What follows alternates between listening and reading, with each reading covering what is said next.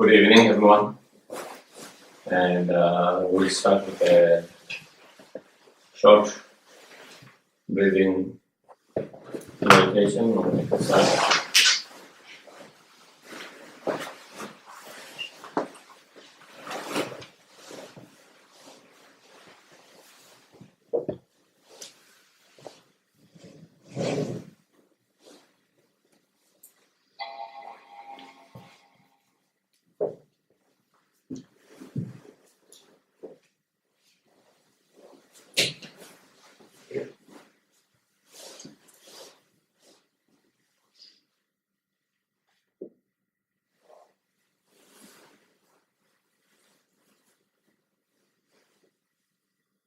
Make yourself comfortable.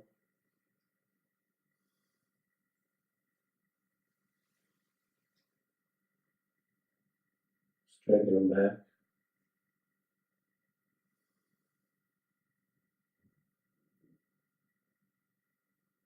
Feel the weight of your body on cushion.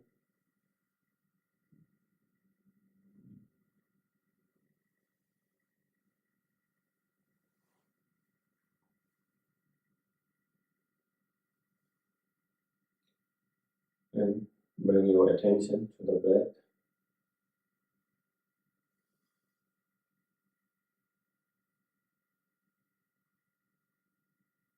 Just watching and observing as you breathe in and out naturally.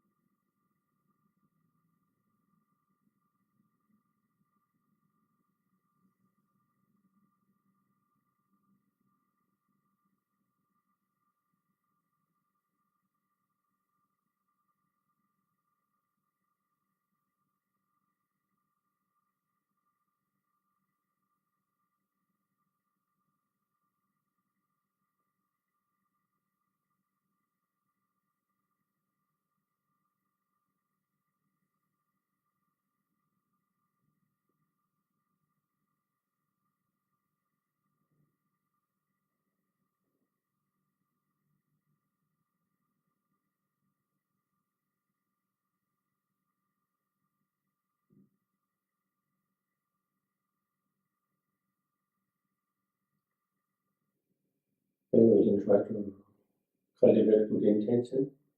For example, thinking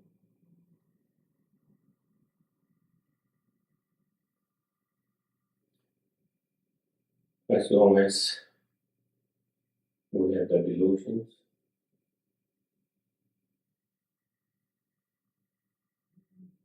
and as long as our mind is disturbed by the delusions,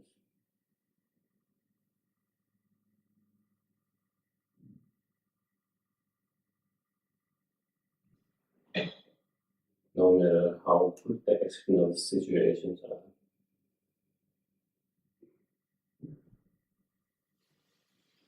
we will always be unhappy.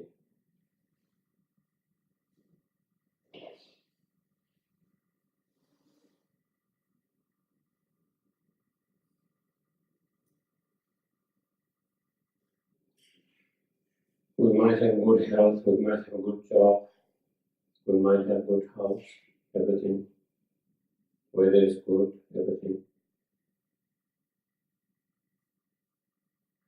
Nice friends, families. But if our mind is disturbed by one of those negative emotions, for whatever reasons,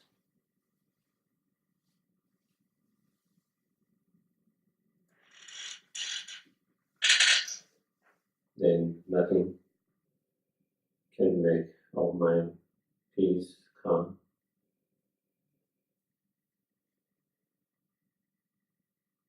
Tranquility by those external circumstances.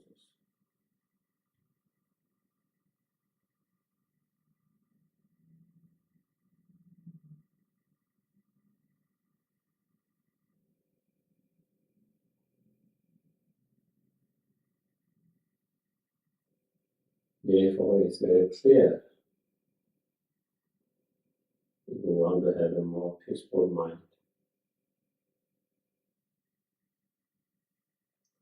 tranquility in our mind, in our life,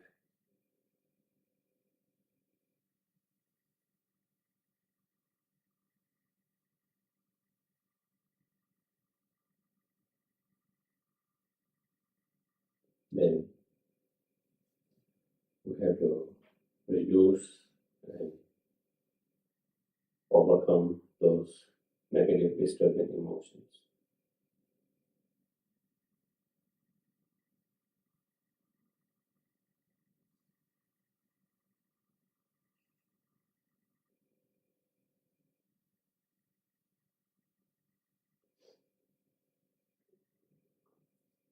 And to overcome those negative disturbing emotions, we need to cultivate the antidote, the positive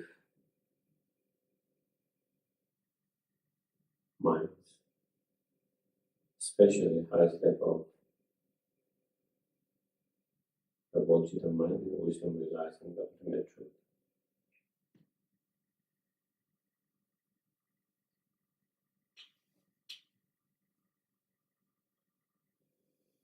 And in order to actualize those inner qualities, such inner qualities,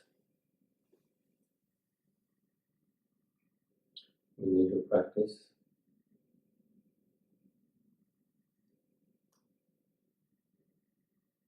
And to practice, we need to be reminded of those practices all the time.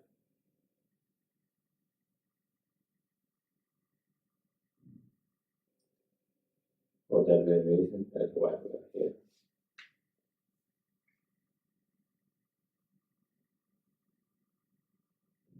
So we might be reminded, encouraged, inspired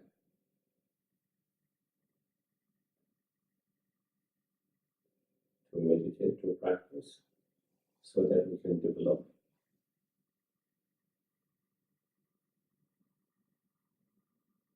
so our mind can develop.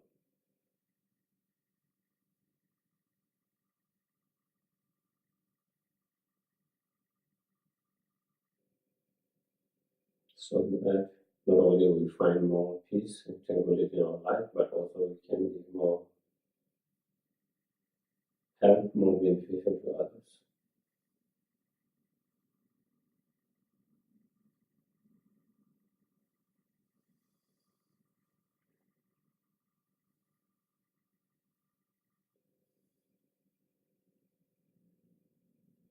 And may this act of listening to the Dharma, engage in discussion, reflection, contemplation, become cause and conditions to actualize and achieve our highest potential, the fully awakened or fully enlightened state, as soon as possible.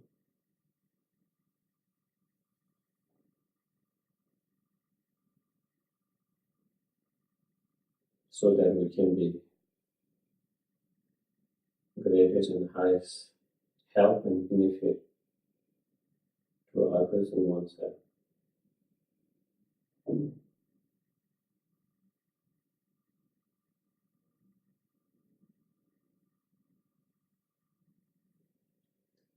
So Sangye Chodan Soge Chonanga Samchu Vadu Dani Kyasuchi Dagi Jinsogi Pesonamki Yola Penche Sangye Dupa Sangye Chodan Soge Chonanga Samchu Vadu Dani Kyasuchi Dagi Jinsogi Pesonamki Yola Penche Sangye Dupa Sangye Chodan Soge Chonanga Samchu Vadu Dani Kyasuchi Dagi Jinsogi Pesonamki Yola Penche Sangye Dupa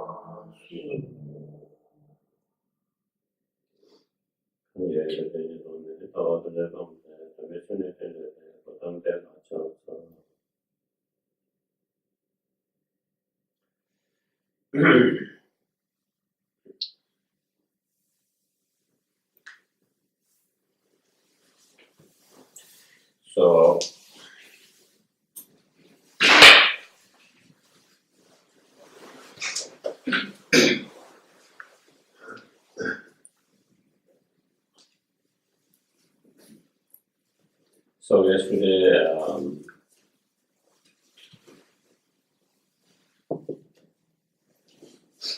we discussed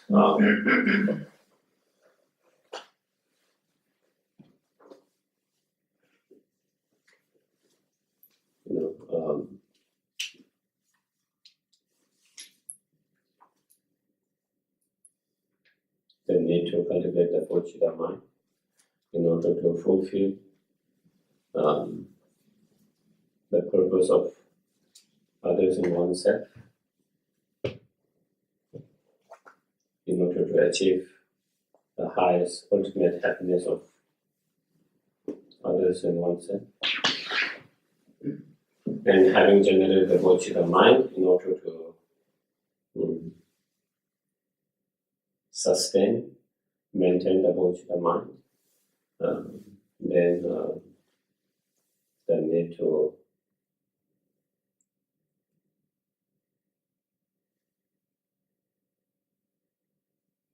take the vows of aspiring Bodhisattva and engaging Bodhisattva vows, and then taking that, then engage into the practice of six perfection and so forth. Then in order to take the vows, most of the vows, then one need to engage in the preliminary practices, the requirements for purifying and accumulating the merit. And for that, in terms of purifying and accumulating merits, then the seven practice is the most powerful. And so the seven practice and the refuge. So all those as preliminary practices. And so we talk about yesterday we talked about the seven limb and how each of those practice, when it's done correctly, become an antidote towards different state of negative emotions, thoughts.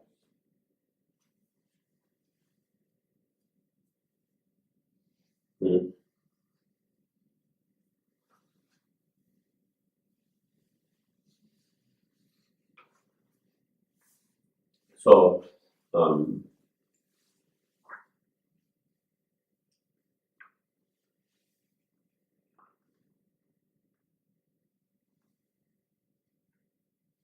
for the success of our meditation, for the success of our practice on the path,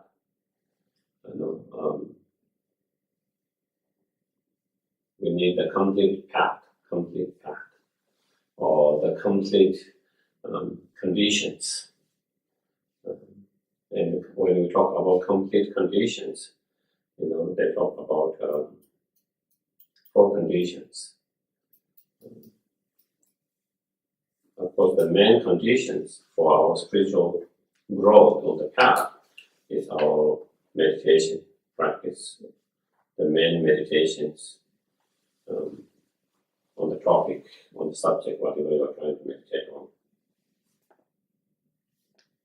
But that itself is not enough. a successful result. To have a successful result, we need to purify and clear all the obstacles. Not only we need to clear and purify all the obstacles, we need to gather all the right conducive conditions. And also we need the help and support to generate inspirations and the blessing from the Gurus and Buddhas. And so therefore, requesting and making supplication to the Guru. So these four are important factors. Just like plant, it is very simple. If we look at plant, in order the seed to produce the plant with its full potential, of course the main cause for that plant is the seed. That is the main primary cause. Like that, the actual meditation is like that, like a seed, the primary cause. But just by having that seed, it will not produce if you don't have the right conducive conditions, such as moisture, the light, heat, whatever, fertilizers that conducive. That is accumulation of merit, creating the right conducive conditions. Even if you have those right conducive conditions, if there is obstacles, then it will not be able to grow fully to its full potential. For example, maybe there are too many rocks, so therefore the plant is having difficulty to extend its roots. So therefore it is not unable to expand its roots, then it is unable to be strong and unable to grow fully. Or maybe there are too many other unwanted weeds which is taking all the energies. So the actual plant is not getting all the energy, all the water, everything. And so therefore when you don't get that, then it's not able to produce the actual result of that potential. And so in order for the plant to grow fully, then we have to clear all this that might be obstacle for it to grow fully. So that is purifications. And then we need the support of the rain. And so in that way we need the blessings, support of blessings from the Gurus and Buddhas. And so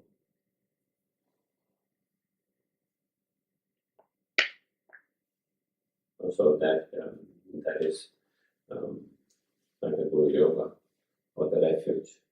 And so this is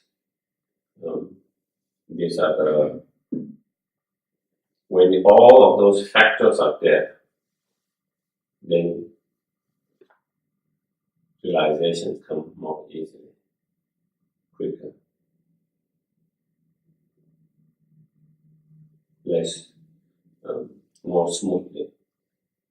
When one of those factors are missing, then we have more challenges in actualizing the realizations of the success on the path. And so the 7 limb practices play in that role.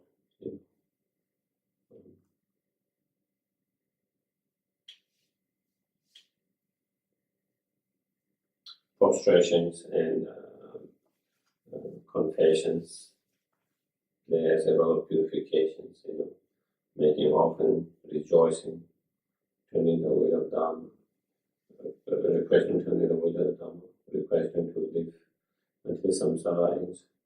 There are ways to create merit. And then dedications, increases the virtues, the merit, as well as it stipulates the virtues from being destroyed. And so that is how the 7 limb practices play a role in that. So we talked about that yesterday, and I think we finished up to verse number 12 from the chapter 3.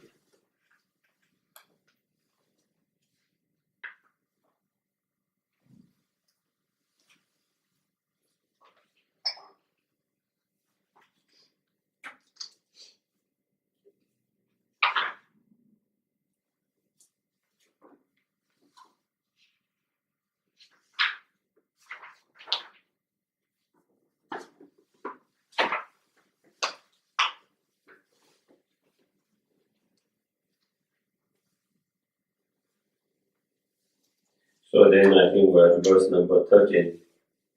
Let them play with my body, let them laugh at it, reticulate it. What does it matter to me? I'm giving my body to them. So again,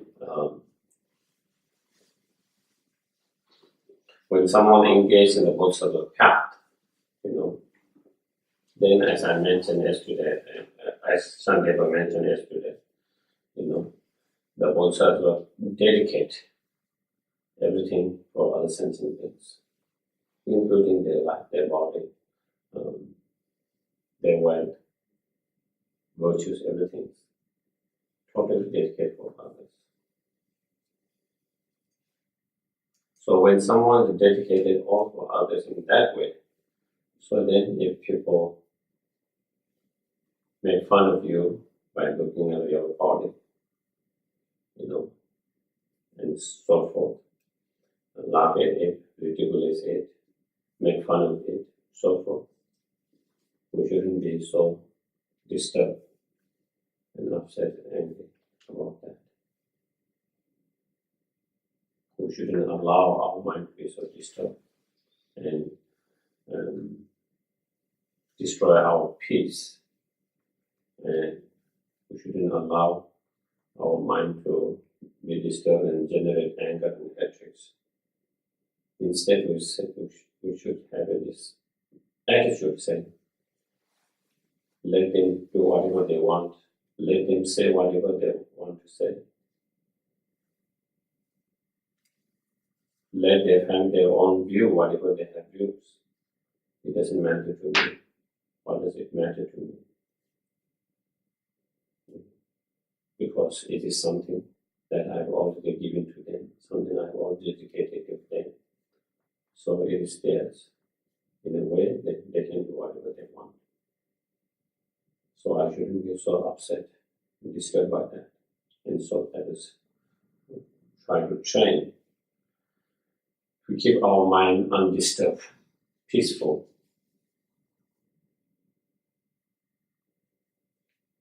And not angry by such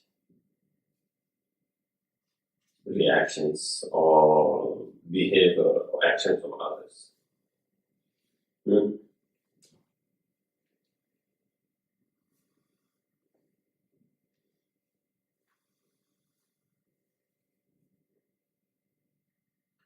Let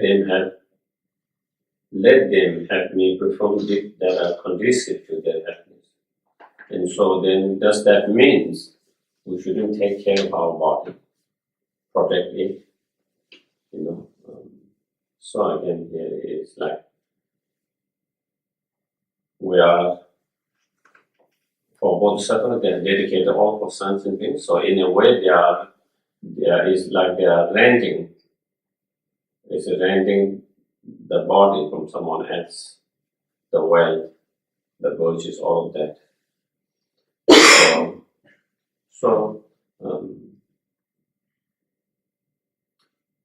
trying to take care of it, and then trying to use it,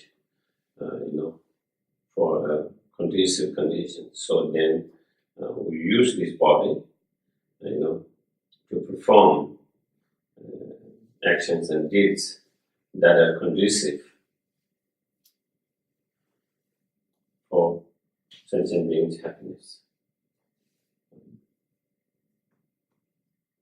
that brings only happiness. And that not engaging into this that brings pain and suffering. Instead, we use this in a conducive, right condition to bring more happiness, more joy. And whoever resort to me in whatever way like that, may it never be in vain, and may it be beneficial to them.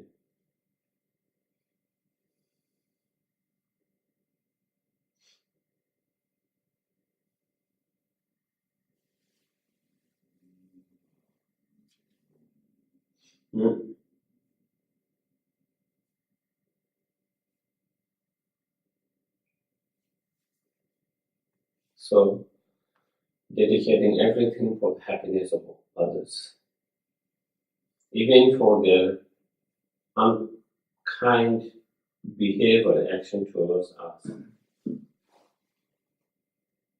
Instead of wishing them, praying them to have all the disasters, miseries, instead, those who are inspiring to be Bodhisattva, who are in the Bodhisattva path, even such actions, one make strong prayers, dedication, wish them only the best, only the good, only happiness.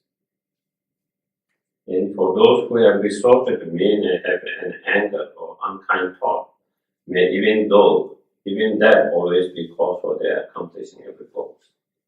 So,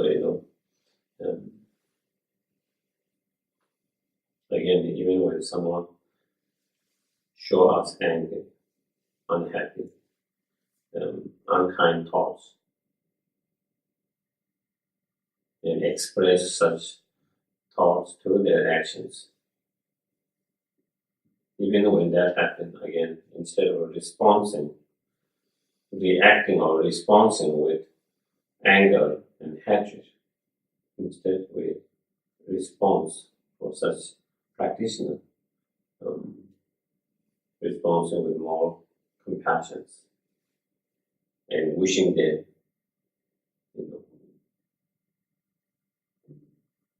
instead of wishing that actions and that mind to be cause of suffering and pain, instead of wishing them that their very act, even the very unkind act and the thought, may they become a cause to fulfill their happiness, to fulfill their goals.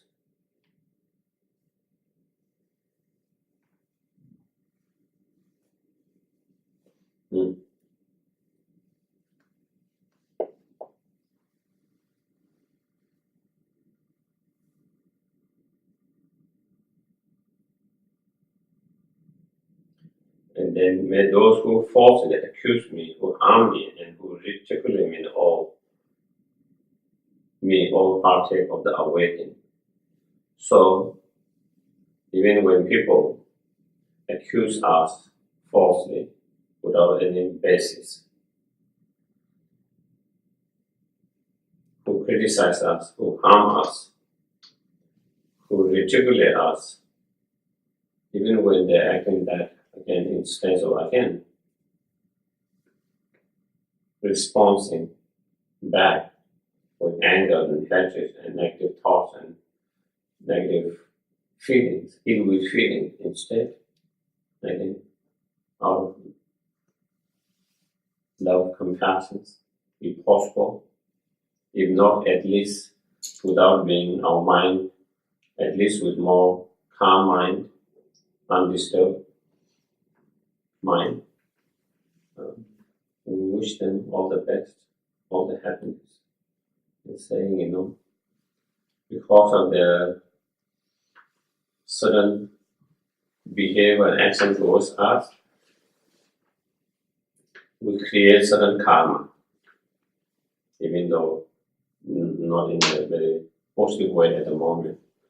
But because of such karma, then, if we make merit for them to have then that can have certain effect on them. And so wishing and dedicating, such act become cause for their enlightenment, cause for their happiness, cause for their goodness.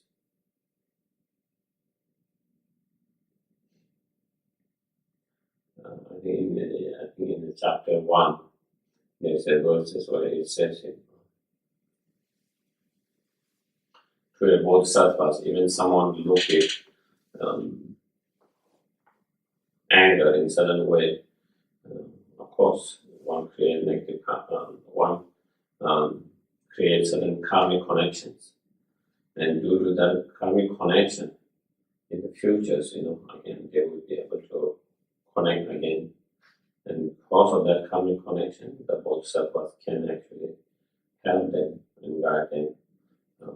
In the same way, we make that connections. We make such prayer now, in the futures, because of this connection that we have, karmic connection we have now, due to such person's actions.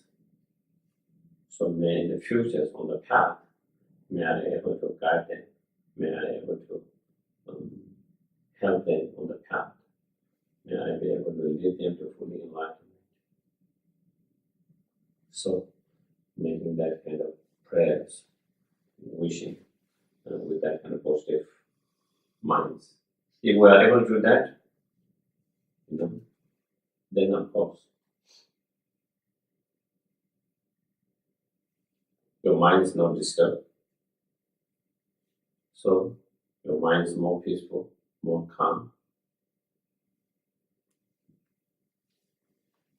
So there is more peace and calm.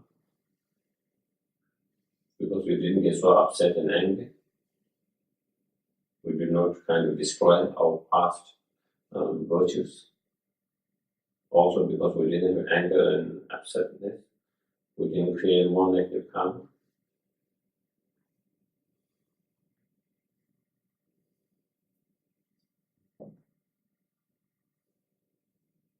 And not only that, because instead we respond to positive intentions and positive feelings and prayers and dedications. We create a lot of virtuous merit, leading us more and more closer to the enlightenment. And also, again, we create more stronger karmic connection with such people and sentient beings that we might be able to help them even more in the future because of their karmic connections. And then may I be protector for those who are without protectors.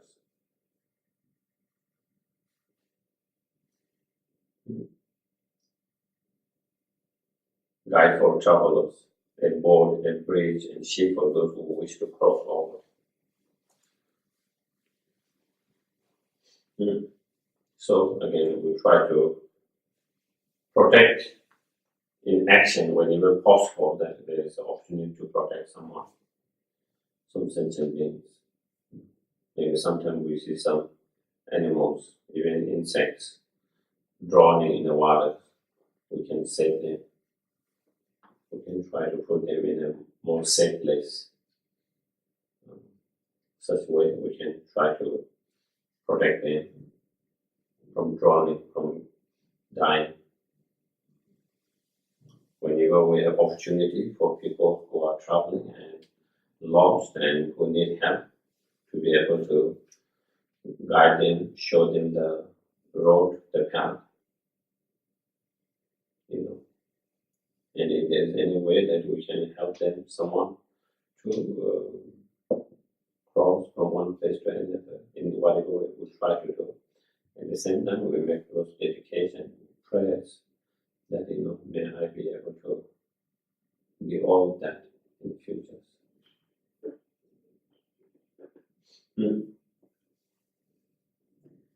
May I be a lamp for those who seek light, and bed for those who seek rest. And may I be a servant to all beings who desire a servant.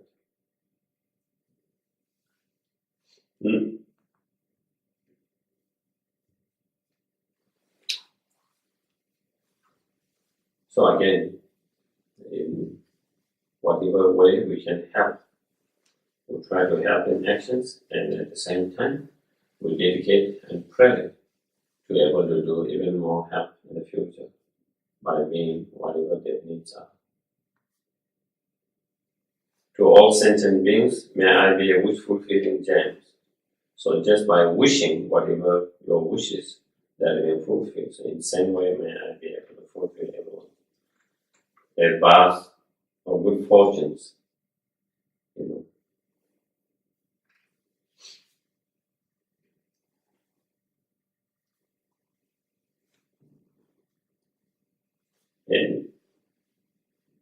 efficacious mantras that can,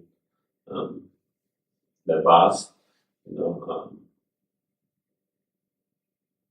inexhaustible, just by wishing, accomplishing all inexhaustible your needs, and like a mantras which can help to pacify, expand,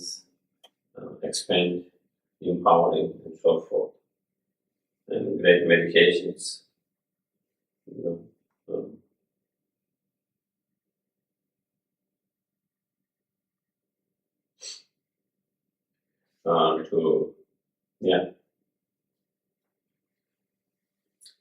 great medication to relieve of temporary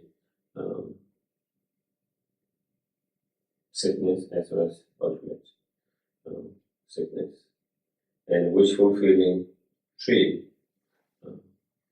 just by making a wish fulfilling that, and wish granting cows. So these are some medical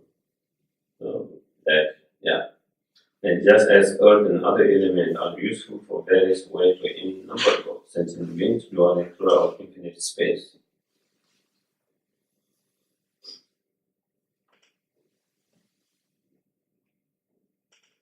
This is similar to a prayer made by Narajuna, also in his precious garden.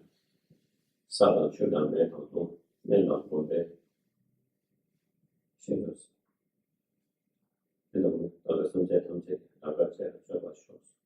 He Narajuna also make, may I be service to all sentient beings, and may all sentient beings enjoy just as they enjoy the earth, the water, the fire element, the air element, and the herbs, and nature. And so say in the same way it is here, similar saying, just as earth, without any discriminating,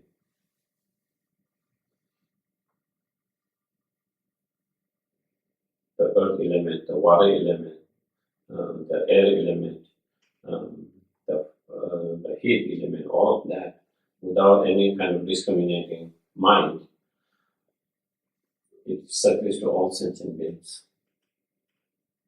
Innumerable in terms of that.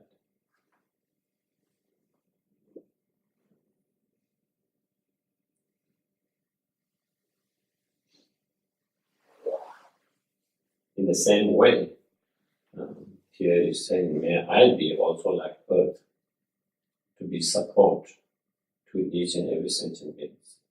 Just like earth is support to all the plant, without discriminating. Just as the water is able to support all sentient beings without any bias, may I be service to all sentient beings without being biased.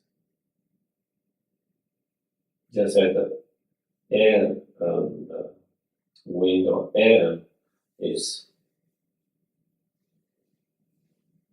supporting all sentient beings without any discriminating partiality. In the same way, may I be that for all sentient, same with the heat. And not only for a short period, but infinite space, as long as sentient beings as long as sentient beings require any help, any support, may I be that support, may I be that help to each and every sentient being. So it is such a powerful prayer and powerful attitude.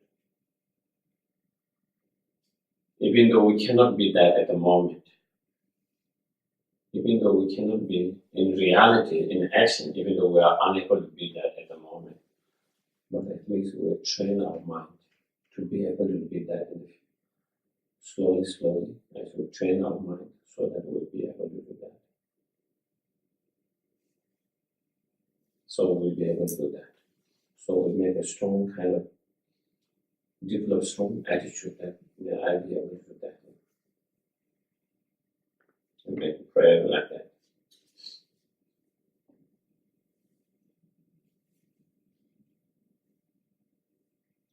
So may I be in a very way a source of life for sentient beings, present throughout space until they are liberated.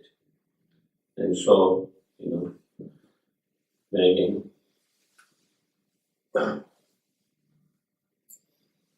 until each and every sentient being is liberated and achieve fully enlightenment,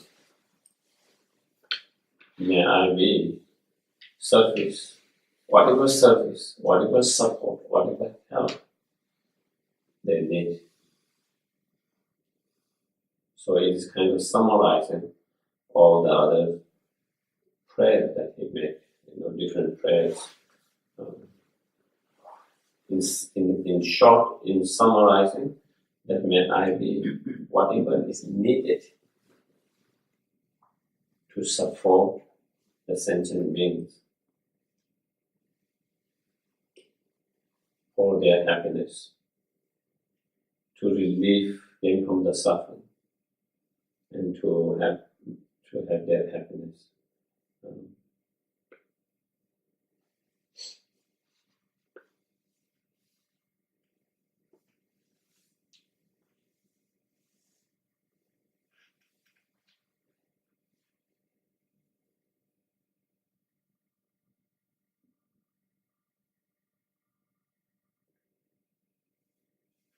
So of course, sentient beings throughout, from now on until they achieve fully enlightenment,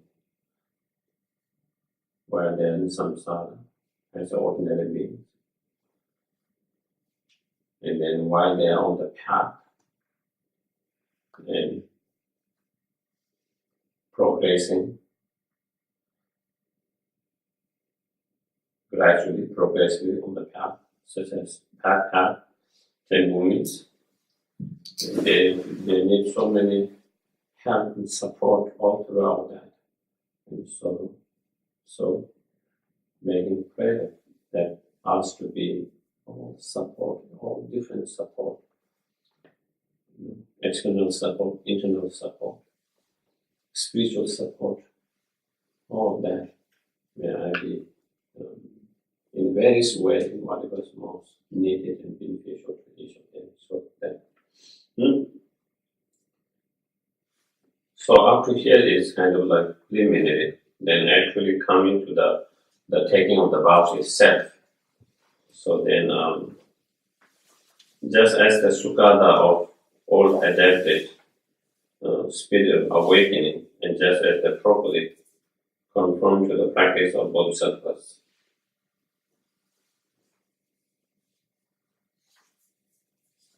so I myself shall generate the spirit awakening for the sake of world, and so I myself shall properly engage in those practices.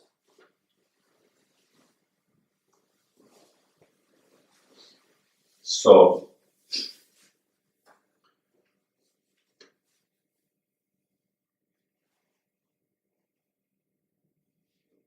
you find slightly different according to different sources in terms of taking the Bodhisattva vows.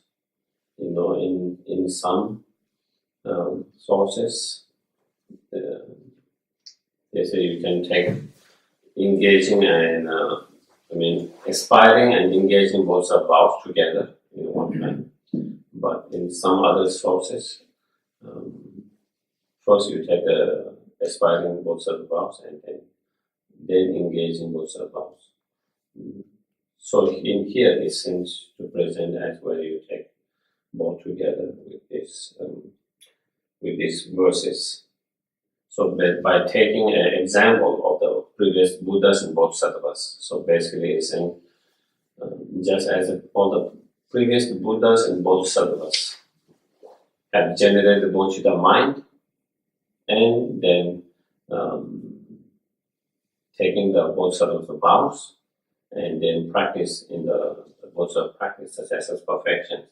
So in the same way here saying, although I'm in order to liberate each and every sentient being from the suffering and cause of suffering, and to guide and lead in the fully enlightenment, therefore I'm going to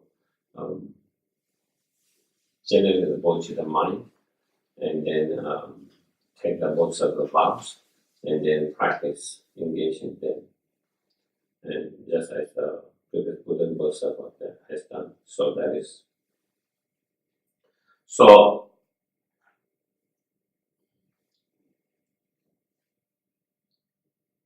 first one generated the bodhicitta mind, and then having generated that bodhicitta mind, then one make a strong, as I mentioned yesterday, a strong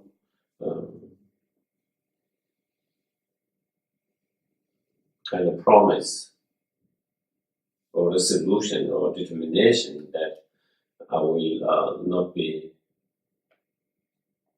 let go of this bodhicitta mind, no matter in whatever situations. Not only during the easy times, but also during the difficult times. So making that strong determination not to let go of that bodhicitta mind, not be separated. Through that kind of strong making, that strong promise, then one take the aspiring bodhicitta vows. And then again, even though one has that, it's very powerful, then again it is not enough to achieve full enlightenment, to fulfill the purpose of oneself and others. To do that, then one need to practice the bodhisattva practice, such as perfection and 4 means of gathering and handling sentient beings. In order to practice, then one, and so as one understands it, one develops strong wish to do that, and then with that strong wish to practice, then one take the bodhisattvas, engaging bodhisattva vows, the 18 root and 46 secondary vows. So then after that, then, with a wish to engage in the practice of such as perfections, then taking the bodhisattva vows. And of course, not only taking the bodhisattva vows, but then trying to keep them as pure as possible. As purely as possible.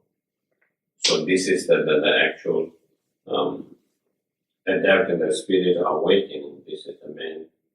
This is the way that you take the vows. And the word like upon gladly adapting the spirit of awakening this way, an intelligent person should thus nurture the spirit in order to fulfill his wishes.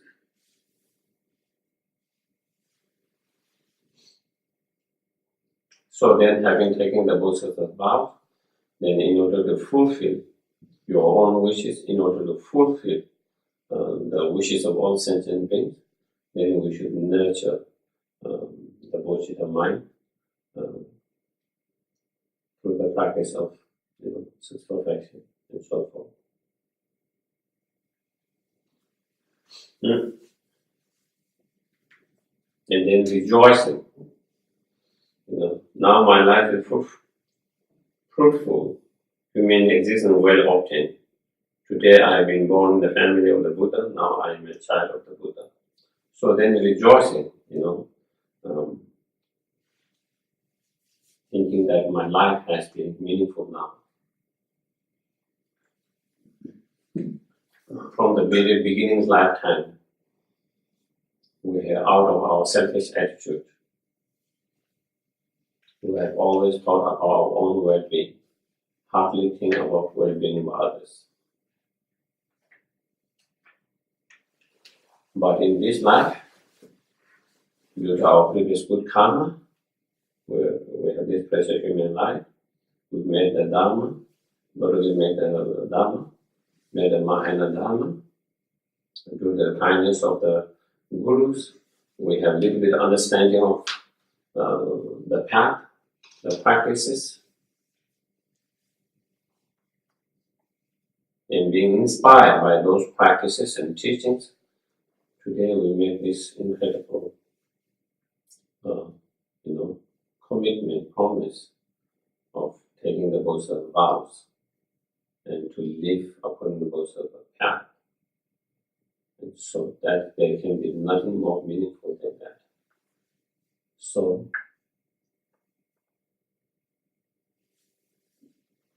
dedicating your life, to work for not only yourself, but for all sentient beings. That is a huge, wonderful, something that we have never done before. To be able to work for one person is very great. To work for 10 people is better. 100 people, even greater. 1,000, 100,000, millions. But here we make this commitment to work for the benefit of each and every sentient being. Infinite in sentient beings. So what can there be more meaningful than that? So through that, this human existence and being well obtained, that we have achieved this human rebirth, precious human rebirth, and that we have been made it meaningful. So rejoicing in that.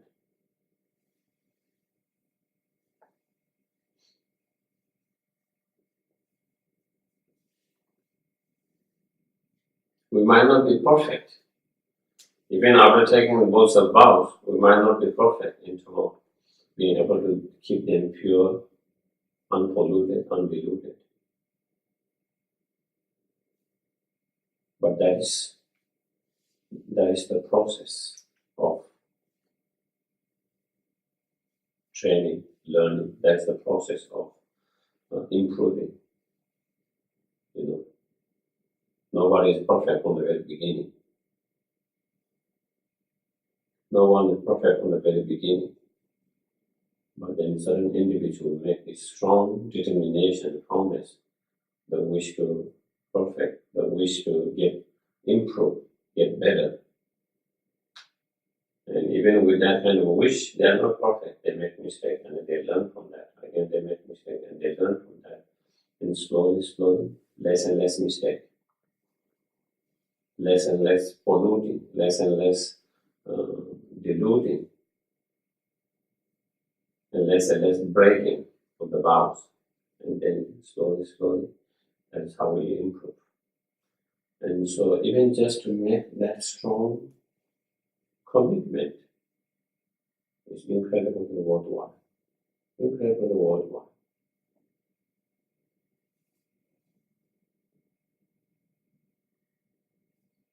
The commitment to work for the benefit of all sentient beings is amazing,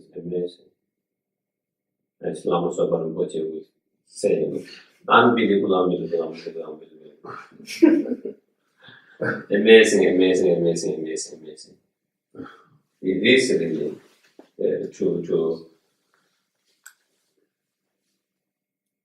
it's like, sometimes you see certain young children,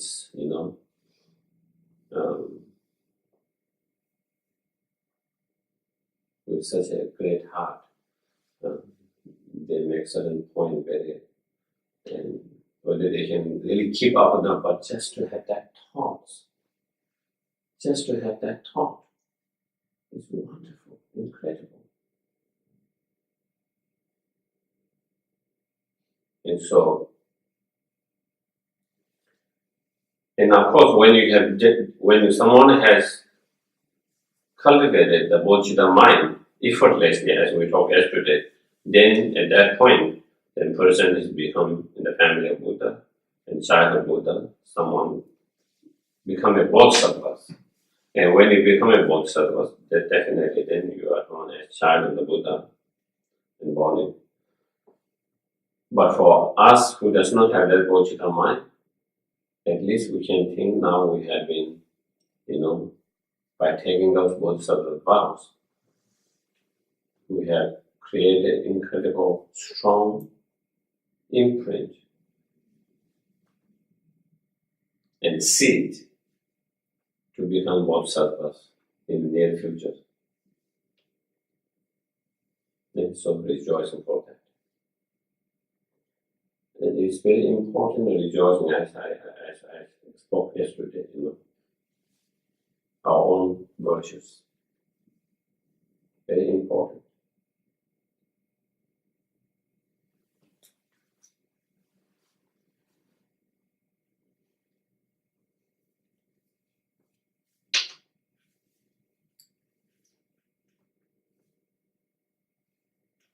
A lot of time people have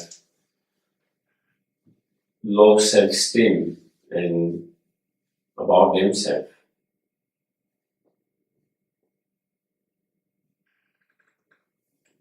And less high regard for themselves, less respect for themselves, because of course we make mistakes, we have negative thoughts,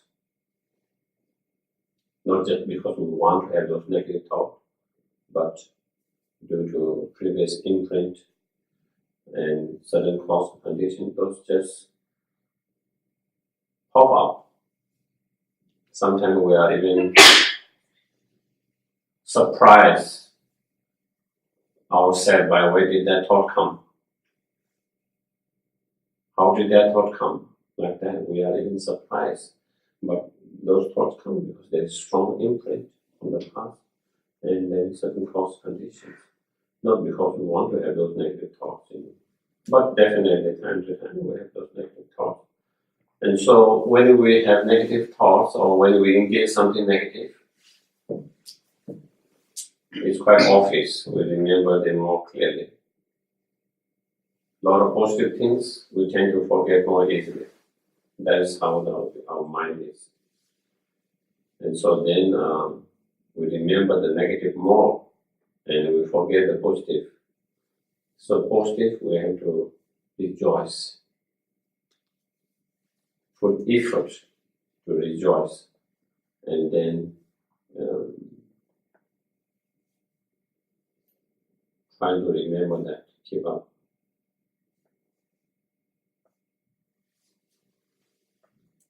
I think I personally feel one of the reasons why in practice there are a lot of numbers, they keep up 100,000, there's all of that.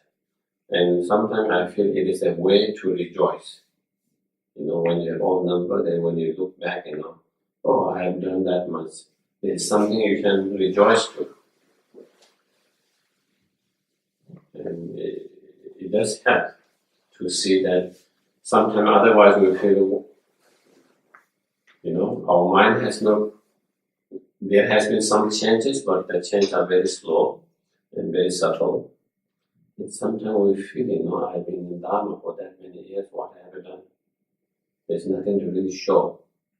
It feels like that, and we can get very discouraged sometimes. But to remember even the very small virtues that we engage into and that rejoicing that can be helpful.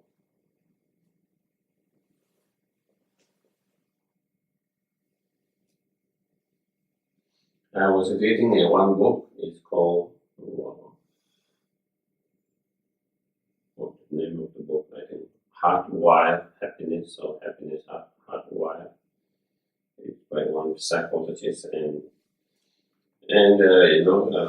he was explaining through the evolution point of views how our mind remember the negative things very easily, and positive things we can easily kind of, the memories is not strong. Our mind is selective because of the survival instinct, so you have to always look for something, for the danger. And because of that, our mind still is in that, to some extent, that process. So the negative things, it get immediate attention, and then it remains in our mind for a long time. Positive things, it doesn't, good things, positive things, it doesn't remain naturally by that. We forget. So he was saying, we have consciously need to kind of remind of that. And I think that is really true, if you observe. For example, I always say and think, our parents, how much they have done for us. Probably we don't remember so much. But if they have done something bad few times in their life, probably we have never forgotten that. It's very clear in our mind. Something they said bad thing one day. They have said 100,000 good things. Probably it's not in our mind. You don't remember specific good thing they have said. But they say one time bad thing, it's stuck in our mind. They have fed us 100,000 times, probably we don't remember that. If they forget to feed one day, we're very hungry, probably we remember that very clearly.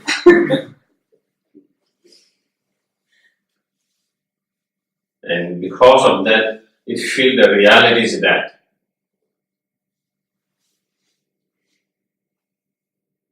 So that's a very good example of that.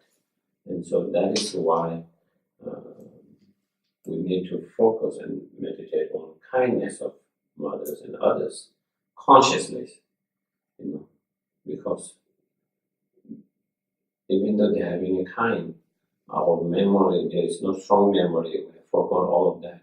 So we have to consciously meditate on them. And same thing in rejoicing is similar like that way. Thus, whatever I do now should accord with the Bodhisattva's family, and it should not be like a stain on these pure families. So,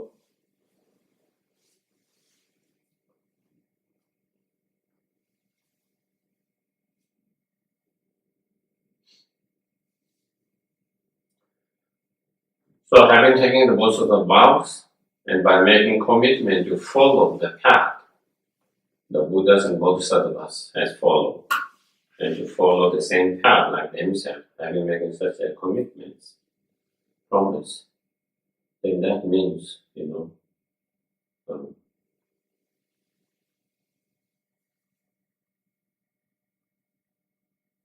not harming, not hurting, harming others, not bringing suffering to others.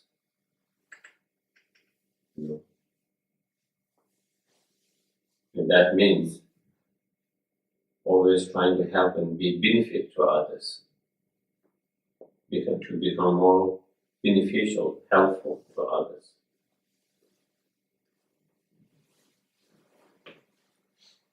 And so that, and to do that, then in order to help benefit others, then we need to engage in the virtues, the virtues practices. In order not to bring more suffering and pain and suffering, we need to stop creating non-virtuous actions and so forth, harmful actions. And that is, and not being stained not standing that pure family is basically meaning that, reducing and overcoming the selfish attitude, the self-centeredness. So the Bodhisattva's path,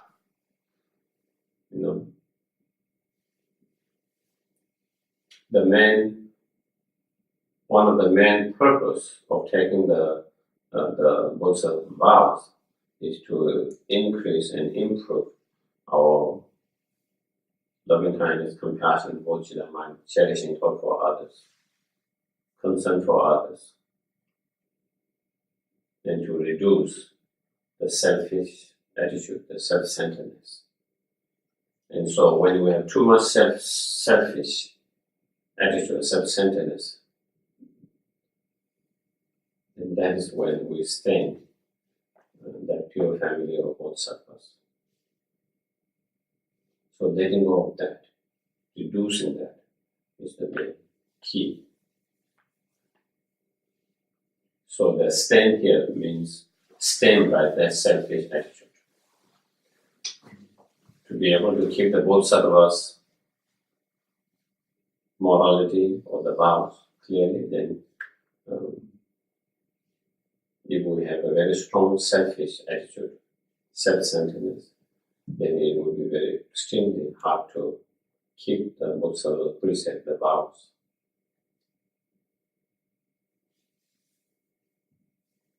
And so then our precept, our vow will be very easily stained, and thereby staining the pure families because of selfish attitude. If we have less selfish attitude, then we will have less stain to our precept and vows, and thereby the family as well. And so it is not enough just to take the vows, but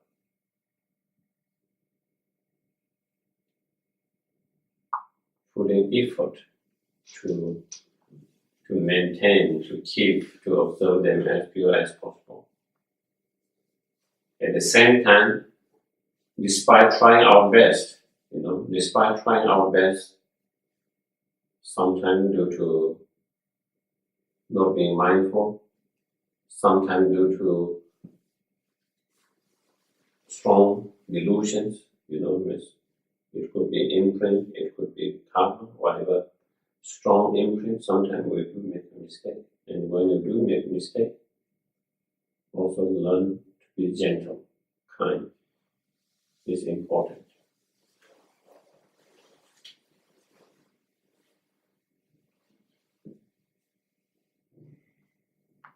That's very important. I think we tend to be too harsh on ourselves, less kind on ourselves. And that doesn't work well. It only makes things worse. Not only you need to be compassionate and kind to others, you need to be also compassionate and kind to yourself. Because you are one of the sentient beings.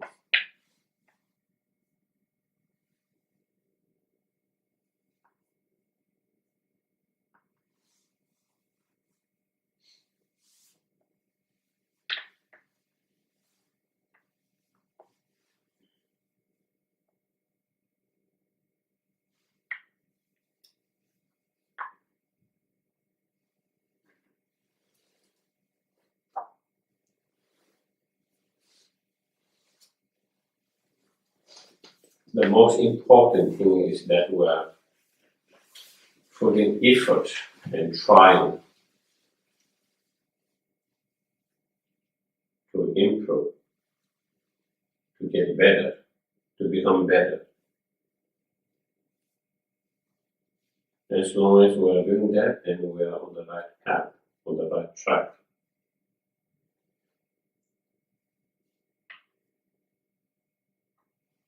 And sometimes, again, as I mentioned, sometimes we do make a mistake. That's very natural and normal. Despite trying our best, despite trying.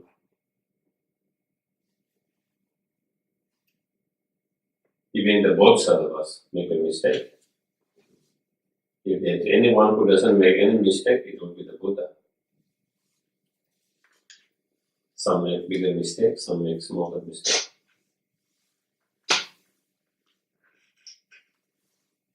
Depending on their spiritual development, growth, depending on how more enlightened they are, and so that is another kind of thing that we have to keep in our mind. Just as a blind man might find a jewel among heaps of rubbish, so this spirit of awakening somehow arising in me. So it's giving an example. If a very poor person, blind, finds something, a precious jewel, diamond, from the garbage, he or she will be so delighted, so delighted. That could solve a lot of the person's sufferings, temporary sufferings, that can relieve and solve the some. In the same way, then generating that kind of how joyful that person would be if they find that such a precious jewel from the garbage. Same way we should be feeling same level of joy and great for having generated this awakening mind and then having taken the precept, the vows.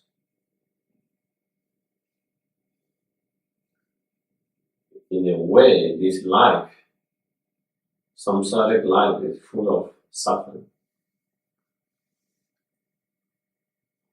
full of problems.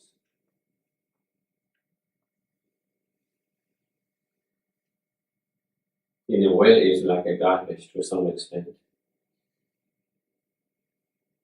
But then, by cultivating this awakening mind bodhisattva, we have made that meaningful, transform something into positive, beneficial,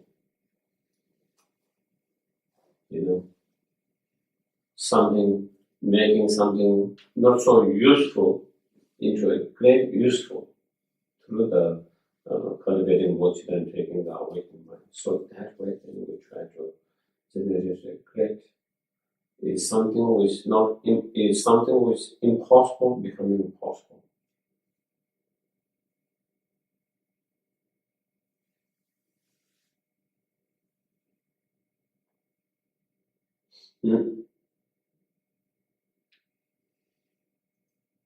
So with that kind of reflection, contemplation, then feeling incredibly joyful, blissful, happy.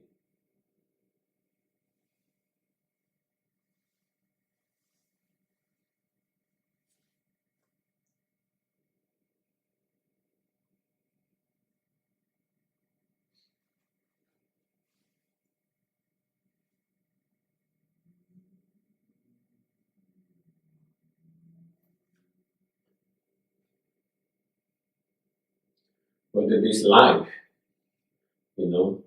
become very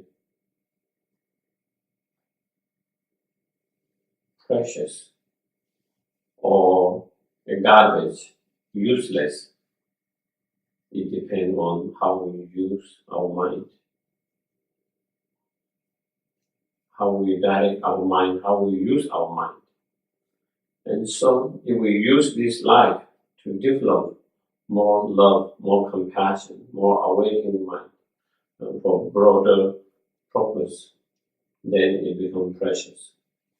If we use this life to develop more selfish attitude, more self-centeredness, and then use it to bring more destructions, more harm, more suffering to others, then it becomes useless.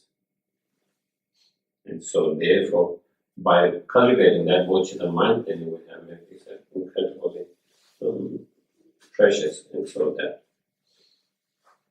it is elixir of the life produced to vanish dead in the world. it is an inexhaustible treasure, illuminating property of the world. So this Bodhisattva mind is like an excellent light of the light produced to demonstrate in the world. It gives,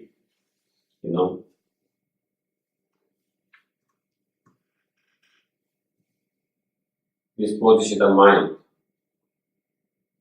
gives you the life of fully enlightenment, which is beyond the death. Once you have that nirvana, fully awakened state of that, there is no more death. You are free from death. So, it's that Bodhisattva mind that gives you that deathless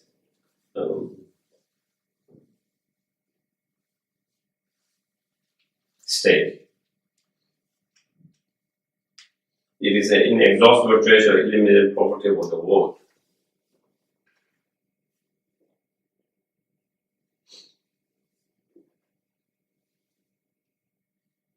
When you have the Bodhisattva mind, then it is that mind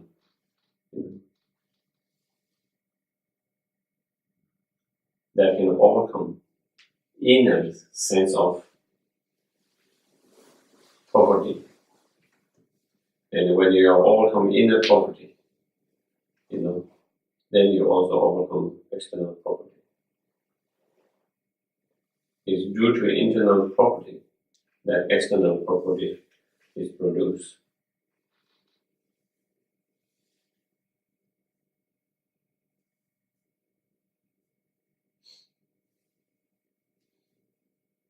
And so therefore, when you have that Bodhisattva mind, then it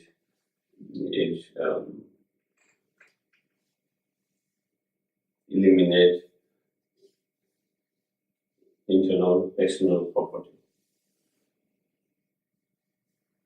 And of course, there wouldn't be a poverty in the world if everyone has Bodhisattva mind. That wouldn't be the case.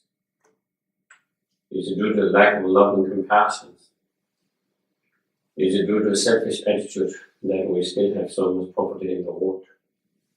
That is why there is so much inequality.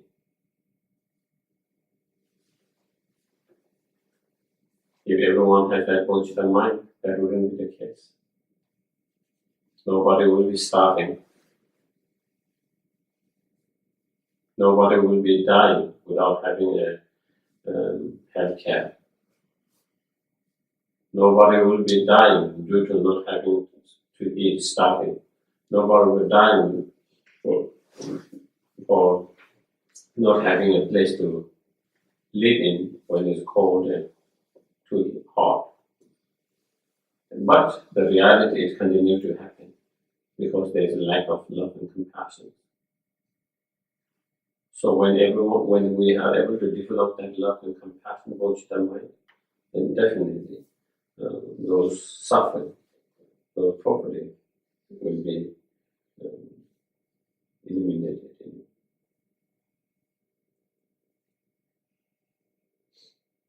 It's the supreme medicine that elevates the illness of the world. And so it is the supreme medicine that elevates inner sufferings or illness of selfish attitude, self-centeredness. And it is the medicine that will overcome the subtle obscurations, the obscurations of knowledge. And when we have overcome, those inner disease and sickness, then there wouldn't be an external sickness that is the result of our actions, karma, which is the result of our own mind, such as the ignorant and selfish attitudes. So when there is no more ignorance, there is no more selfish attitudes, then there is no more creating of negative karma. When there is no more creating of negative karma, then there is no result of that manifesting in sickness and other form of suffering. Is the tree of rest for being exhausted from wandering on the pathway of mundane existence. So it's like when travelers rest in certain places under the tree, of course in the old times. Similarly, when the sentient beings are wandering from one, within the samsara, from one life to another life. So it is like that tree to rest the Bodhisattva mind. So if you have the Bodhisattva mind, while you are in samsara, still you can continue to have high rebirth. Not only high rebirth, within the high rebirth, more peace, more calm, more joyfulness, and eventually leading to full enlightenment. And so therefore,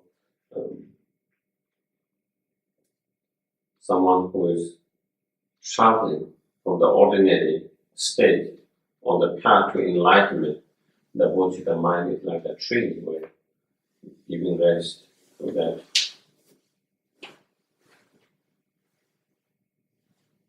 It is the universal bridge for all travel on their crossing of a miserable state of existence.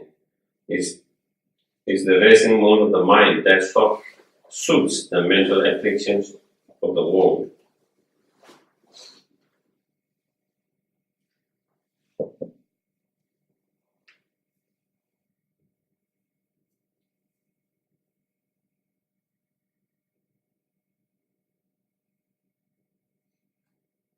So,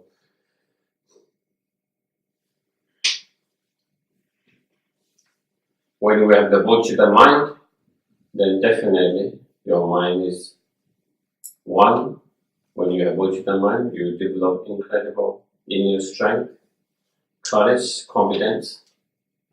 And when you have this kind of incredible inner strength, confidence, and courage, even when you are faced with challenges, you will be able to deal with that very easily, not being overwhelmed, overpowered by challenges, difficulties, external difficulties, challenges, because of your inner strength, because of your inner courage, confidence. Those does not overwhelm or overpower you. And so therefore, you have a better strength to deal with that, so therefore you suffer less. You suffer less. When you have a Bodhisattva mind, there is much more peace in your mind. You have less worry, less fear, less complaint, more tranquility, more calmness.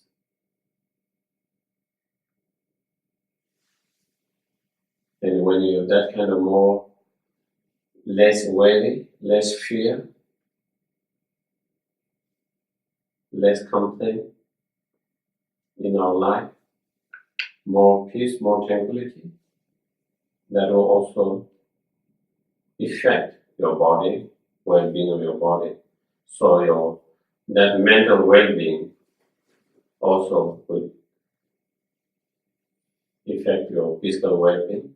And so therefore, you will have better health. You will be able to sleep better.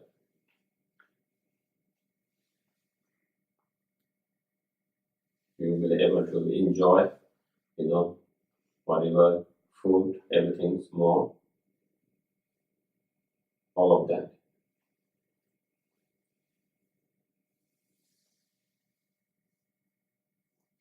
So that is the real benefit of the Bodhisattva mind.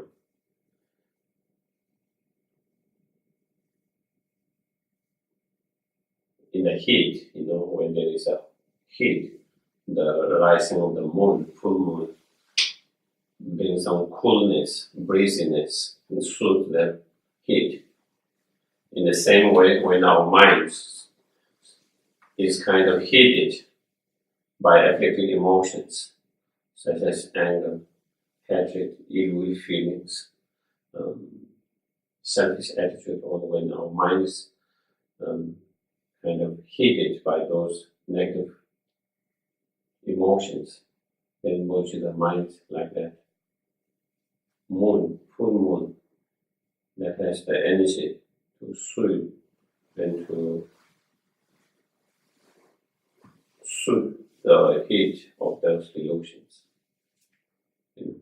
It's like a breeze that brings the heat of that down, reduce them down. It's the great sun dispelling the darkness of all ignorance. So just as the sun, dispels the darkness, external darkness, in the same way, the position of the mind is internal sun that dispels the inner darkness. Also in the position of the mind that will support the wisdom to eradicate or eliminate the two obscurations, the darkness of two obscurations, the darkness of ignorance. And definitely, especially, the ultimate Bodhisattva mind is the one which dispels the darkness of ignorance. It's a fresh butter formed from churning the milk of Dharma. And so it is saying is the Bodhisattva mind or practice of Bodhisattva is the very essence of all the Dharma. Just like, when you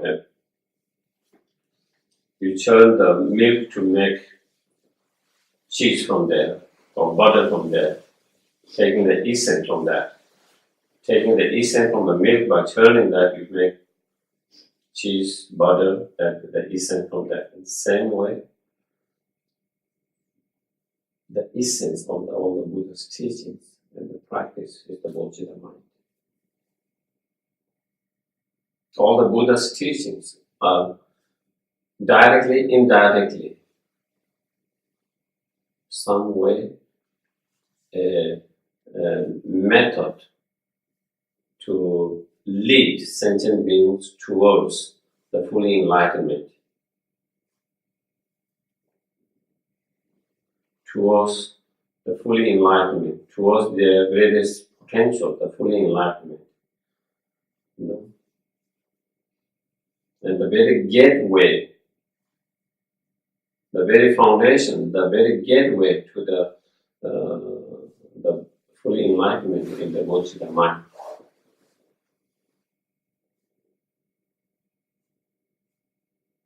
The practice of small scope, the practice of middle scope, they all are as a preliminary practices to develop the Bodhisattva mind, the latest scope practice of Bodhisattva mind. So from that, the very essence of all Buddha's teachings come to the Bodhisattva mind.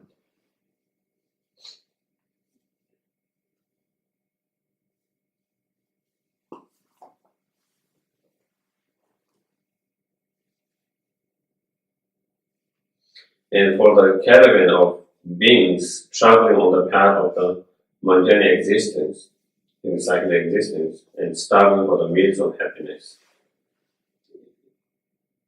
is the feast of happiness that satisfies all sentient beings who have come here as guests.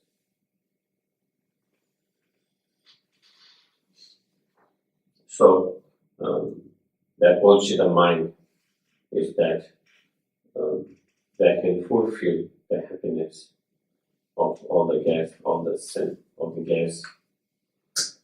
the sentient beings in the samsara.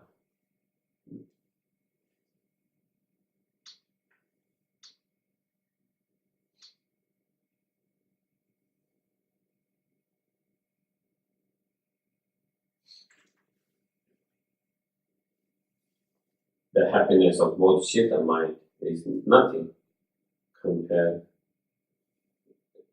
cannot be compared by any of the sense pleasure.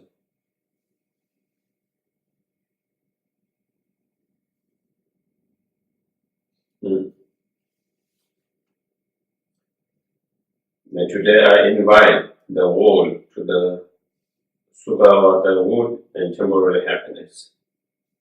May the gods, asuras, and others rejoice in the presence of all the protectors. So then,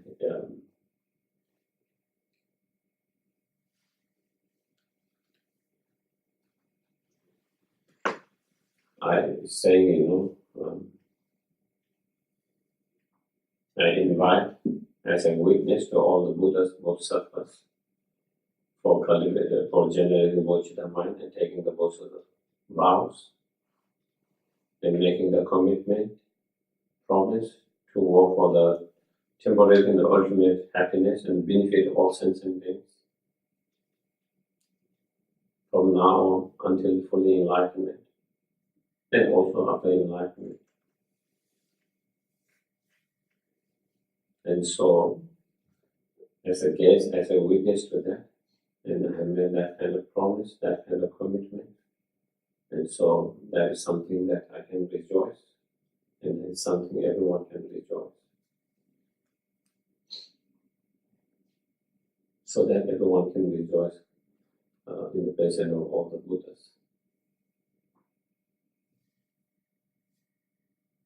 So that is the chapter 3. It was much shorter than I anticipated when I first thought. Any questions so far? Mm-hmm. Could you please explain the 10 bhumis? 10 bhumis.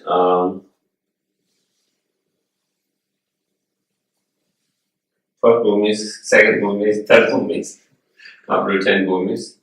When we achieve in terms of the path, 5 paths, path of accumulation, path of preparation, path of seeing, path of meditation, path of normal learning, that's when you become fully enlightenment in the Bodhisattva's path.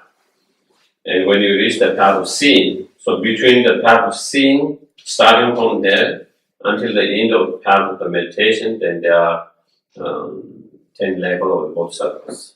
So all of them are Arya Bodhisattvas. Those who have already not only have the Bodhisattva mind or conventional Bodhisattva mind, but who also have ultimate Bodhisattva mind. So ultimate Bodhisattva mind is the wisdom realizing emptiness directly, supported by the conventional Bodhisattva mind. And those who are on the path of seeing already have the ultimate Bodhisattva mind.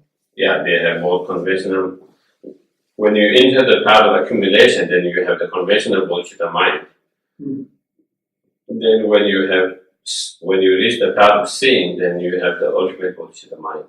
So both conventional and ultimate Bodhisattva mind. What are those levels? How can there be 10 levels of ultimate Bodhisattva mind? Yeah, they are labeled in some of their,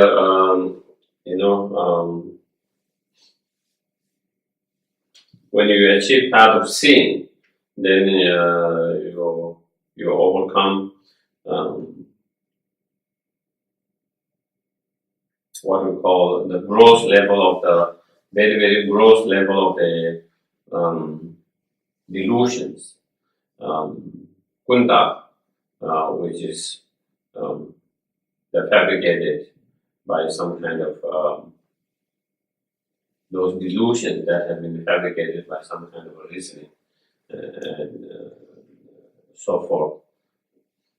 But still, the subtle delusion has been not overcome. So then, still you need to work on the subtle delusions. And then, when you reach the path of 8 bhumi, then you overcome all the delusions, even the most subtle delusions. But still you have not overcome the obscuration to the knowledge schedule. And so then again you try to overcome that from the 8, 9, 10, and by the end of the 10th, then you also overcome that. And when you have overcome that, the subtle obscuration of the knowledge, then you will enlighten. And so with each bhumi, they eliminate the gross level of the subtle, and the middle level of the subtle, and subtle level of the subtle, like that. And so, in terms of that, in terms of practice, in 10 bhumis, even though in all bhumis they practice all 10 perfections, but in particular bhumi, they practice of particular perfections more stronger, more emphasized. Or in the first bhumi, the practice with generosity is more stronger and emphasized. And then second, the bhumi is the practice of moral discipline and then patience. So each bhumi with the 10 perfections related with that. Of course, then many other things, with each bhumi, your abilities increases, by kind of double fold with 12 different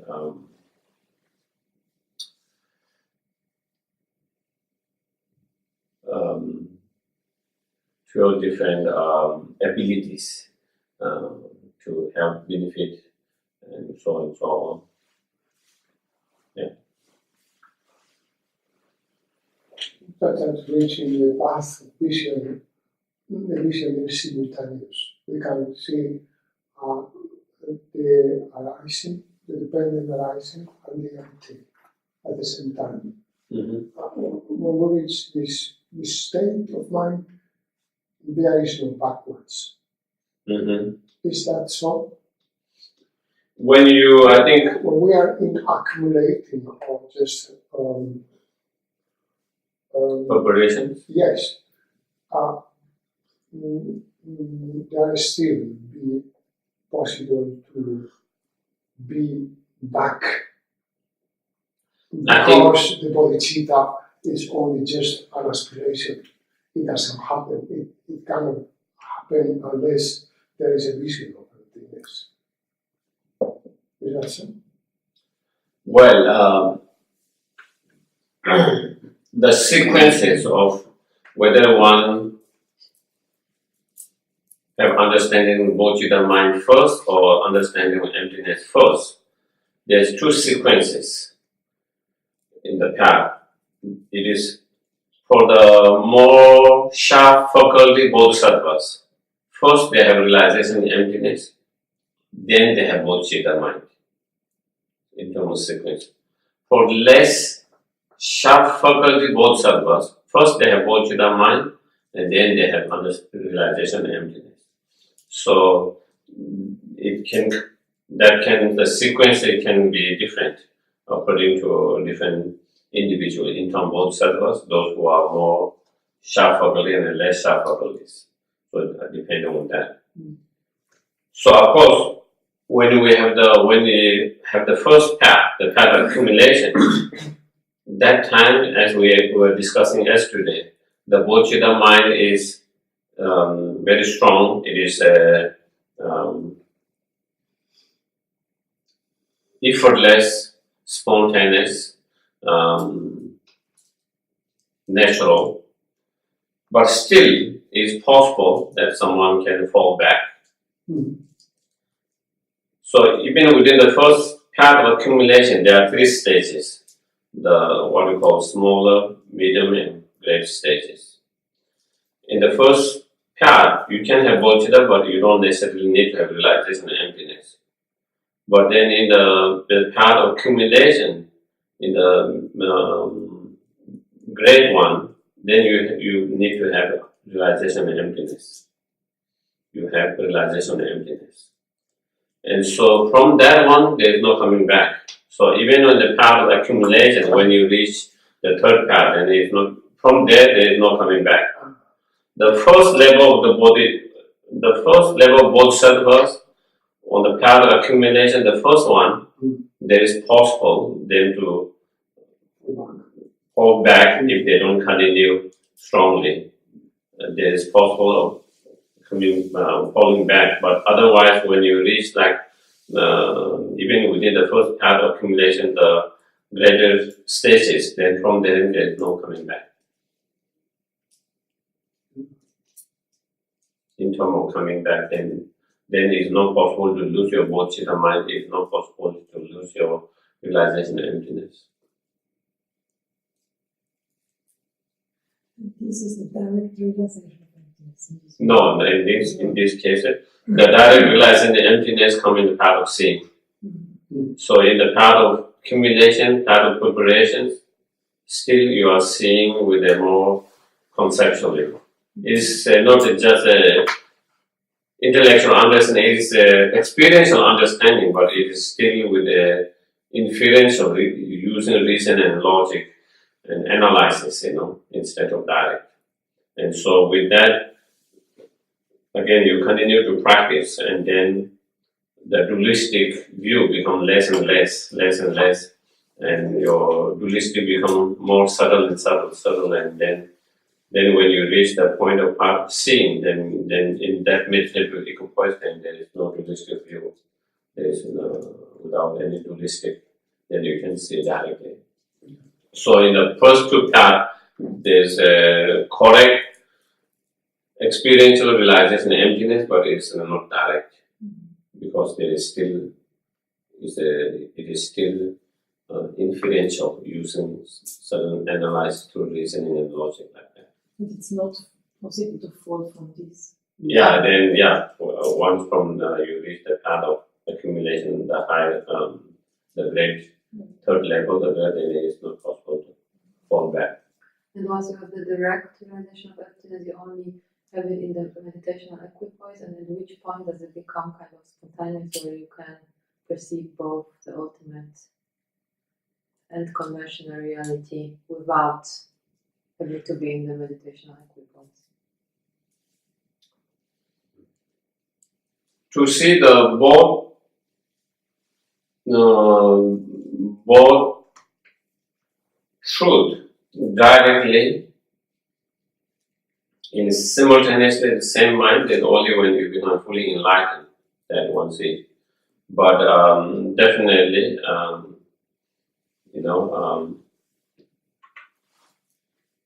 like the Bodhisattvas, when they come out of that meditative equipoise, they still have that the wisdom that realizes emptiness directly. But of course, they have this appearance of dualistic things. There's appearance of all things, but it appears. But even though there is appearance, and they don't have the grasping. Of course, there is no grasping. But also, appearance is not so concrete like as it appears to us. It's more like a dream state. Everything appears as more like illusion-like state, dream-like state. So in that state, they are not in meditative equipoise, because there is still appearance of those dualistic objects. But then when they are in meditative equipoise, then there is non-appearance of any of those dualistic objects. Only thing that appears is emptiness. And so they cannot have both at the same time, simultaneously at that time. That's why only when you become fully enlightened, and then that's. But even when they are not meditative equipoise, they still have the wisdom realizing emptiness directly. It's not they are not in meditative equipoise state. It's a post-meditative. So they go back and forth in their practice. And your questions?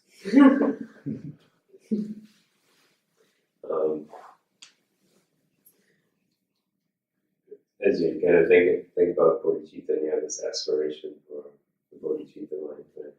And I think for most of us it's like a great wish, but something that we can't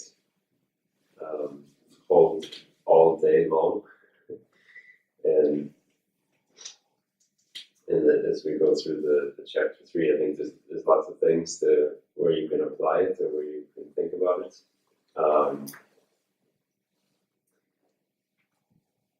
And sometimes I think you can easily get depressed because you kind of have this aspiration, but then you become selfish, become continually selfish, and you're not thinking about others. So, what can we do to still have the wish and not get depressed? Mm-hmm.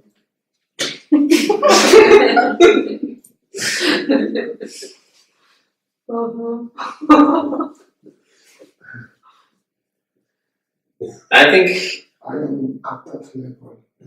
Very good question. I think as as I was mentioning before, while we have that inspirations, and we're trying to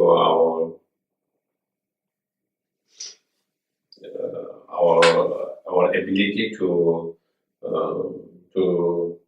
fulfill that aspirations and to follow that path.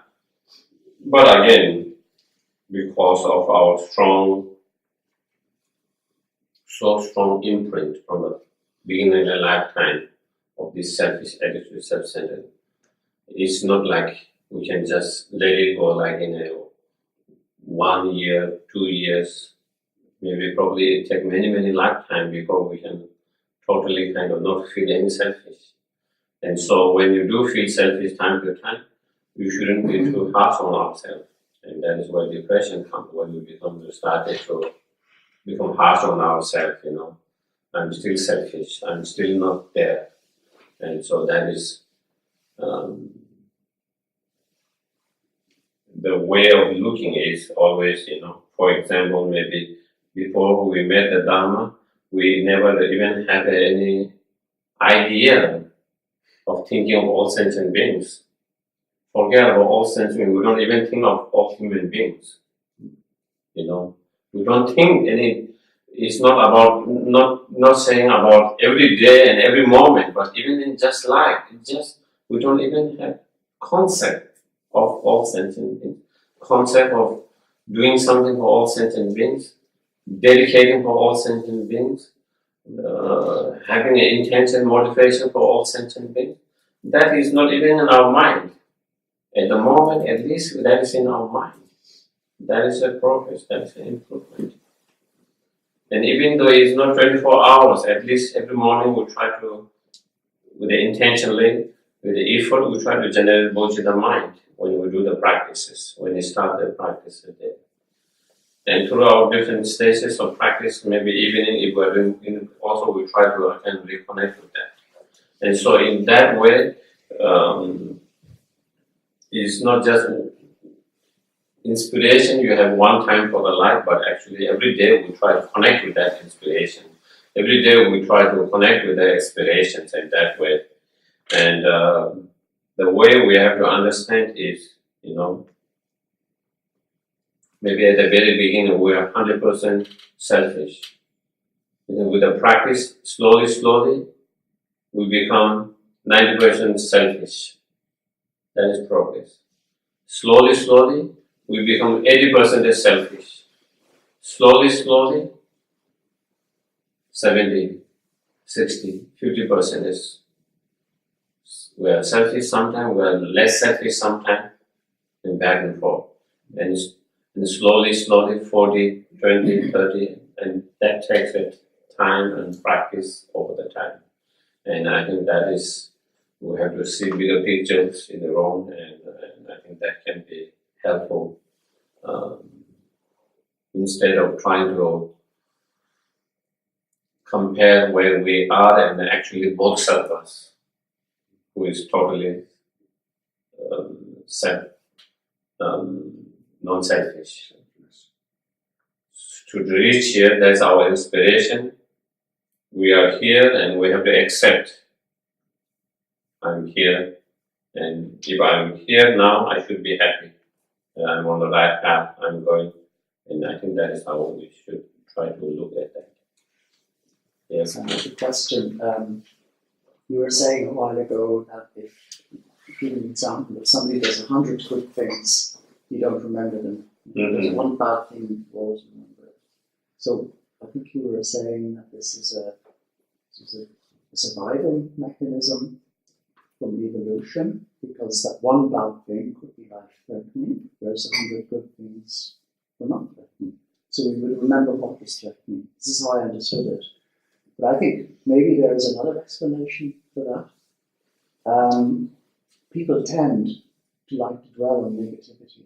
I mean, you look at the newspapers, particularly tabloid newspapers, they're always sensationalizing disasters and violence and wars. They don't report all the good things that are happening. Yes. Because people find that boring. Yeah. And similarly, in television, people want to look at films about war and violence and not films about people having happy lives. So is it to do also with our negative way of thinking, the fact that we actually enjoy dwelling on negativity, not on positivity? And this is why we always remember that one bad thing, not those good things. Well, that explanation was not my explanations. Okay. But I was reading in one book. I think it's called Happiness Hardwired. It's written by one psychologist. So according to his finding that was his explanations. And so I'm just referring to that. That could be the case. But as you said, definitely we tend to dwell more in those negativities in our life, and definitely that is also true. And again, I don't know whether the thing is like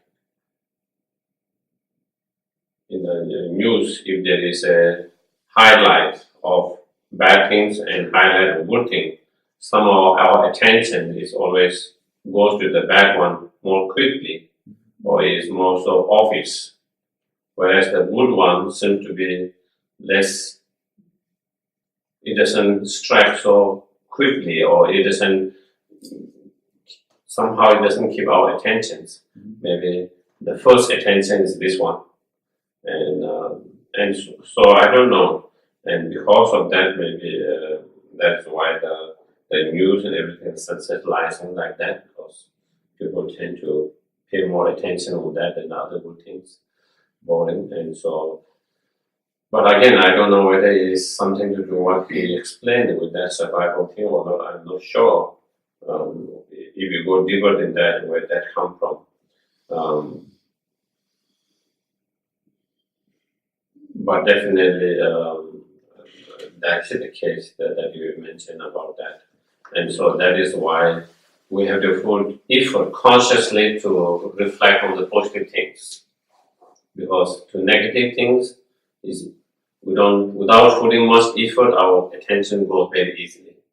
The positive thing it requires effort, and so therefore we have to put effort to. In that way, we can balance our mind, so that we don't become negative. I think that is what at the moment in the world people are so depressed. So many people are depressed by seeing all the news, negative news all the time, and they feel that's the reality. If there is one bad person, there are 1,000 good persons. But then when you repeat that news here all the time, it feels like all people are bad people. All people are, and so then people become more depressed. And so to balance is that we have to focus more on the positive sides. That's why. Yeah. Then I'm wondering also, if we focus on the positive side, are there different ways I can focus on them? Like one, of course, is I can try to look out more for this, but are there also other ways on how I can foster this perception of more good things? Mm-hmm. Well, from a spiritual point of view, of course, we can focus on meditate on the Buddha nature, the Buddha nature of everyone, all sentient beings, ourselves and other sentient beings, meditation with the nature can be helpful to uplift our mind. Meditation on, like the benefit of Bodhisattva mind, for example, they can be uplifting. Meditation on place agreement rebirth can be uplifting. Meditation on refuge can be uplifting. So there, from a spiritual point of view, there are many different meditations that we can focus on to kind of uplift our mind from being too negative and too depressed. And then, of course, from other point of view, I think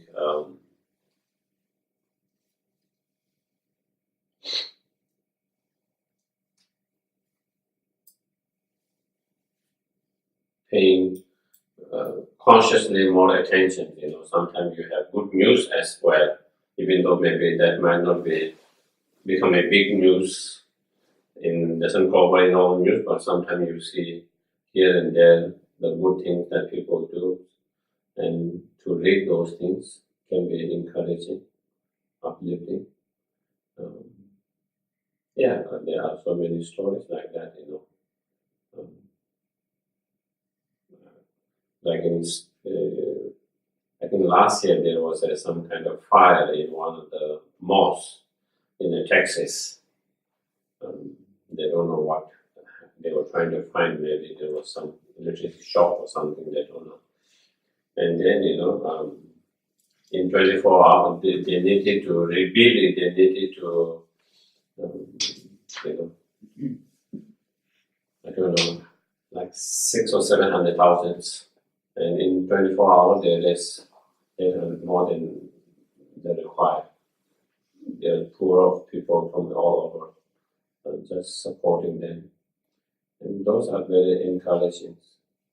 There was a story of one lady who was in a plane and it happened next to her.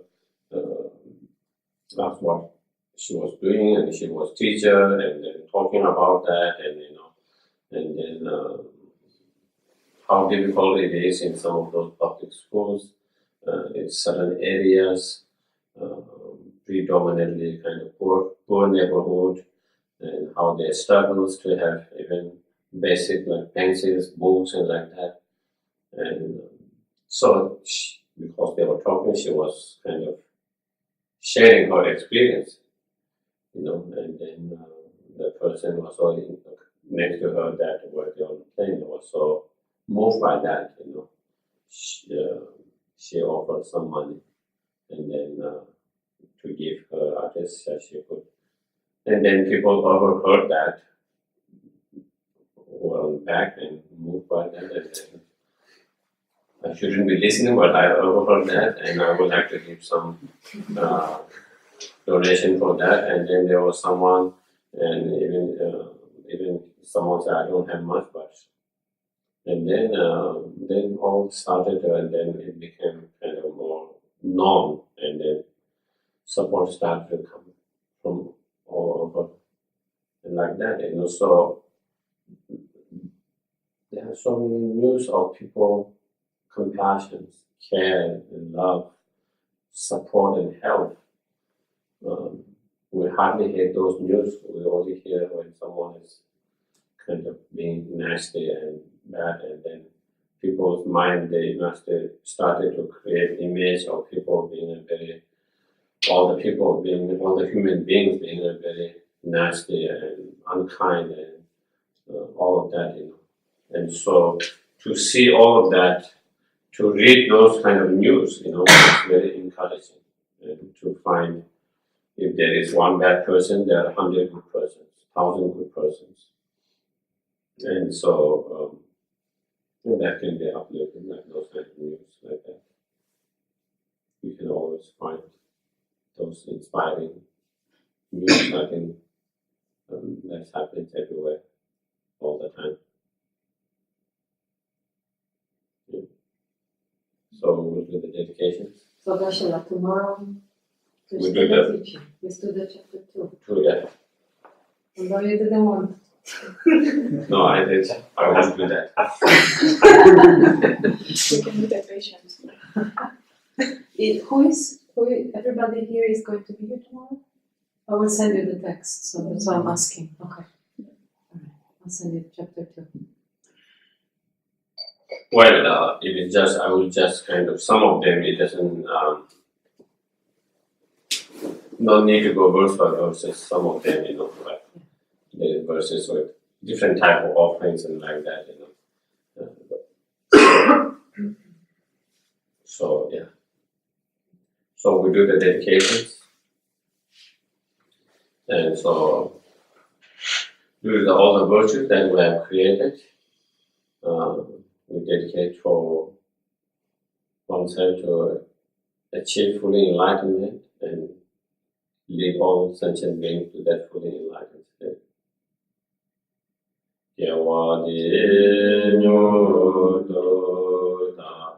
Lama Sangye Dogyode Dojinya Malepa Te Sala Kwepa. We also dedicate all our virtues to oneself and all sentient beings to actualize the Bodhisattva mind and wisdom realizing emptiness as quick as possible. And those who have already actualized, not to diminish, but increase more than more. Chancho Sencho Rinpoche, Nake Pa Nake Joche, Ewa Nyampa Me Pa Yang, Kongle Kondo Bewa. We also dedicate the virtues for the long life, healthy and long life is on the Lama, all the gurus, all the holy beings, and all their wishes be fulfilled, all their projects and wishes be fulfilled. And we always be guided by them in all through our life until we achieve fully enlightenment.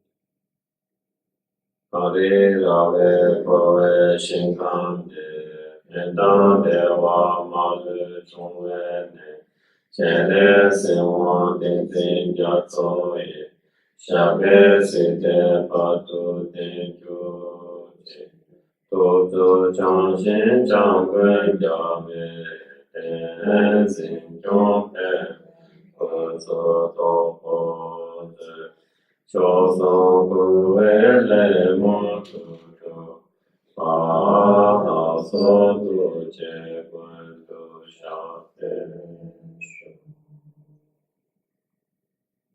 Thank you very much. Thank you.